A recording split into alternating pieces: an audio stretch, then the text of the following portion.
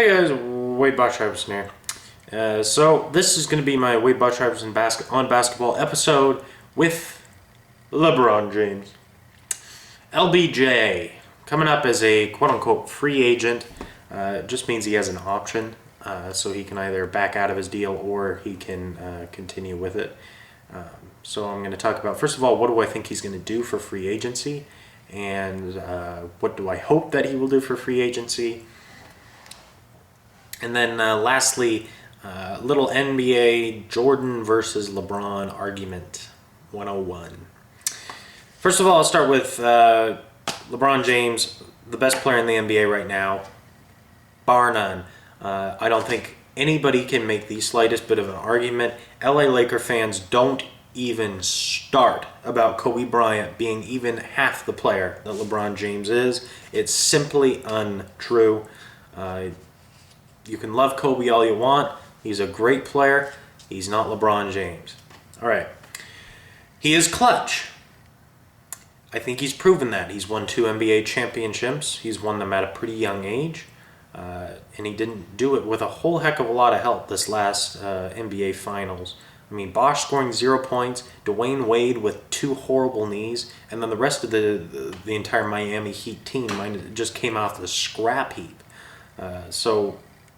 Yeah, Kobe Bryant did it with Shaquille O'Neal, and later on with Pau Gasol, and had to have Phil Jackson the entire way. Eric Spoelstra, I don't think anybody is going to put up a fight, is a worse coach than Phil Jackson. He is.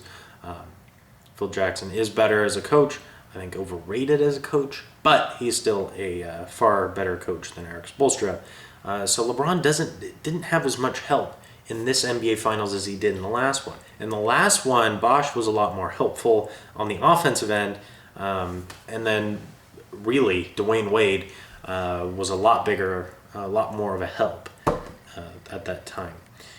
Coming up in this free agency, LeBron James will sign a new contract. Yes, I said a new contract with the Miami Heat. The Miami Heat.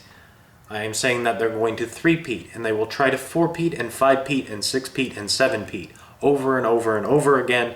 LeBron James, why would he leave Miami? There is no reason to leave Miami. He is winning with Miami, so why leave Miami? His endorsements are through the roof. His popularity is at an all-time high. Cleveland has completely forgiven him. Cleveland thinks he's just incredible now. Kind of funny, really.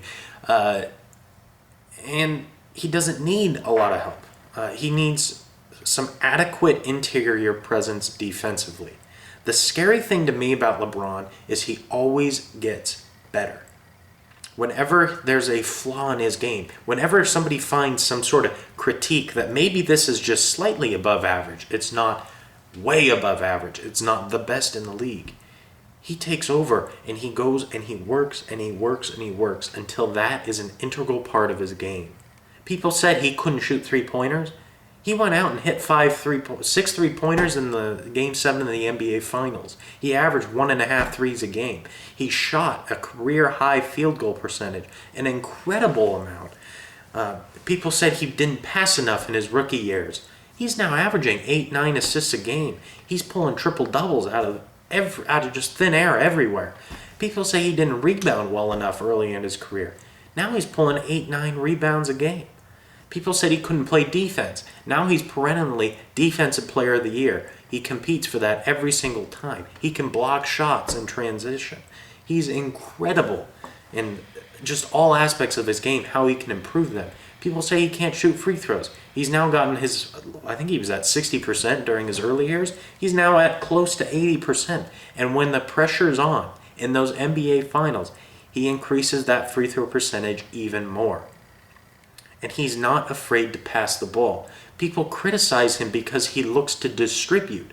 Why is it a bad thing for a player to look to get his teammates involved? I don't know why this perception is that a player has to be a hogball in order to be one of the greatest of all time. If that were true, Magic Johnson is terrible. If that were true, John Stockton is horrible.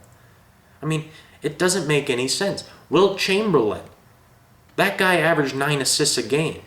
Are we now saying that he didn't shoot enough? Even though he would shoot 50 shots a game? I mean, just because you pass the ball doesn't make you a below average or a second to somebody else on your team. If LeBron James could be in a position where all he had to do would be to distribute, he would have the most incredible team ever. They would never lose. When you see LeBron have to score 40 points, that's when his teammates aren't good enough. That's when you know that his teammates aren't stepping up to a high enough level for him to be successful. When you see his scoring is down to 20, 25 points a game, 15 points a game, then you know that's when he's doing what he does best, and that's distributing the ball. He's an incredible player. The court vision the guy has is absolutely insane. And then you pair it with that 6'8", 6'9", 6'10", 6'11", 7 feet 6. I don't care whatever they say he is. He's freaking massive. And 270 pounds of raw muscle. I mean, there is not an inch of fat on that guy. He is a lean, mean, incredible machine. And all that leads up to, well, I guess I should say, where do I hope he goes? I hope he would go back to Cleveland. The NBA needs to get rid of this parity in the NBA. That was another question that there was, so I'm going to answer that too. Parity is, terrible, really. There's such this big separation between the good teams and the terrible teams. Nobody shows up to the terrible teams' games. I wonder why, because they're all terrible. At least when you had a bad team, you could go watch somebody on that team because they had a superstar. Charlotte, who are you going to go watch? Kemba Walker? Toronto, who are you going to go watch? Rudy Gay, maybe? I mean, a lot of these teams are so bad. The Pistons, who are you going to go watch? Brevin Knight? I mean, some guy who averages 10, 12 points a game that would probably be second string, third string on somebody else's team. I mean, that's the problem when you have this huge difference between the good teams and the bottom teams. All right, now moving on to the LeBron James versus Jordan. What does LeBron James have to do to become equal or surpass Sir Jeffrey Michael Jeffrey Jordan? I butchered that, didn't I? Absolutely nothing. Why? Because LeBron James is the best NBA player to ever play the game. He is the best player to ever hold a basketball in his hands. He is the best player ever. Period. End of story. All right? If it were true that NBA titles were everything, then everybody should never make a case for Michael Jordan being the best. It has to be Bill Russell. And I don't think people would. So don't tell me NBA championships mean everything. You have to prove that you can win, which Jordan has, obviously. You have to prove that you can win, which LeBron James has. But if championships were everything, then you would say Bill Russell is the best player of all time. Along with his teammates, that also, there was a bunch of them that won, 7, 8, 9 championships. Then you got to compare who did they have on their team in order to win. LeBron James, going through his Cleveland days, searching through all of the best players that he ever had, who are you going to say his best player was? Zydrunas Ilgauskas? Is he going to the Hall of Fame? Donyell Marshall? Mo Williams? Shaquille O'Neal at 47,000 years old and hurt most of the season? Anton Jameson? I mean, who out of there can you even say is an all-star, let alone a Hall of Famer? Then you go look on Michael Jordan's Bulls team. You had Dennis Rodman, Hall of Famer. Although I think he's overrated, Dennis Rodman's a Hall of Famer. Scottie Pippen, another Hall of Famer. So you had 2 Hall of Famers around Jordan. How many Hall of Famers did you have around LeBron? Oh yeah, that's right, 0. 0. You didn't even have an all-star. You didn't even have an average starter around LeBron James. He had nothing but bench players around him. That is the reason he left Cleveland. because Cleveland spent 8 years spinning their wheels, doing absolutely nothing, and getting him absolutely no productivity out of any of the rest of the guys in the lineup. That's the problem with the Cavaliers in their approach to re-sign LeBron James. And they tried to make him the black sheep, and they did that pretty successfully.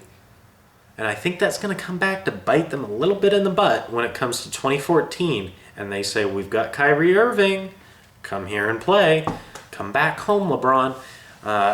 The only thing I could see from that is maybe when he's 38, 39, 40, then I could see that maybe he'll come back to Cleveland to finish his career as he is a Cleveland, Ohio native. Okay, going back to the comparison, we have Jordan versus LeBron offensively.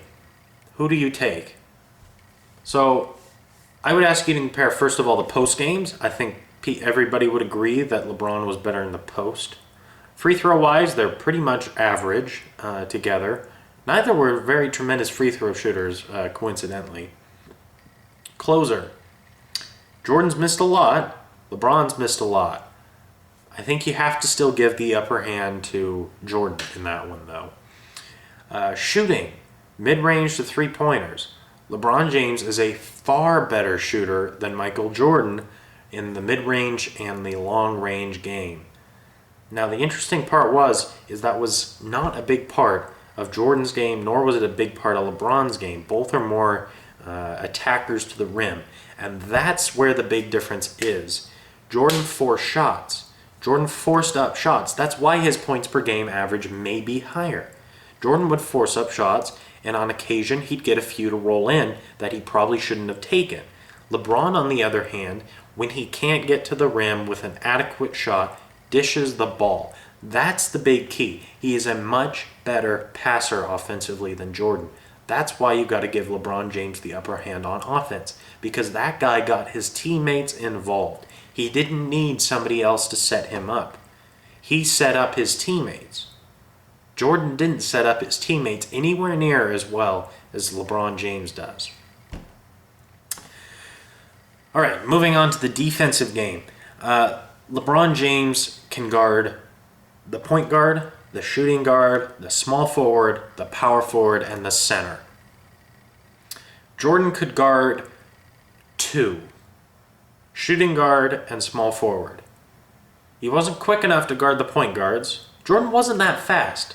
LeBron was much faster than Jordan. He's also bigger. LeBron's bigger, and he's stronger. Jordan could guard the two, on occasion the three. He had a bit of a disadvantage in height with the three, though. That was the problem with Jordan when he was guarding the three. Jordan could guard some point guards, too. I'll give him that. Better dunker. Jordan. Jordan is flashier than LeBron. That's why I think a lot of people think Jordan's the best player to ever play the game. Is his game flashier? Sure. When it's all said and done, Jordan had an easier time winning titles than LeBron James did. LeBron James has Dwayne Wade, who I don't think is going to make the Hall of Fame. Maybe he does, maybe he doesn't. Same thing with Chris Bosh. Maybe he does, maybe he doesn't. I think most people would probably say Chris Bosh doesn't. I think if Bosh leaves for another team, then he could prove that he's a Hall of Famer. But as of right now, if he averages 17 points a game, 7 boards, he's not going to be a Hall of Famer. All right, so that's my opinion as to why I think LeBron James has surpassed Michael Jordan. Anyway, guys, fun video to make. Leave your comments below. I know there's going to be a lot of people that disagree with me. Yeah, truly, in my opinion, the greatest player to ever play the game. One-on-one, LeBron James would win every time against Jordan. Every single time. He's got such a big height and a physical and athletic capability over Jordan. And that's the big difference there. Talk to you guys later. See ya.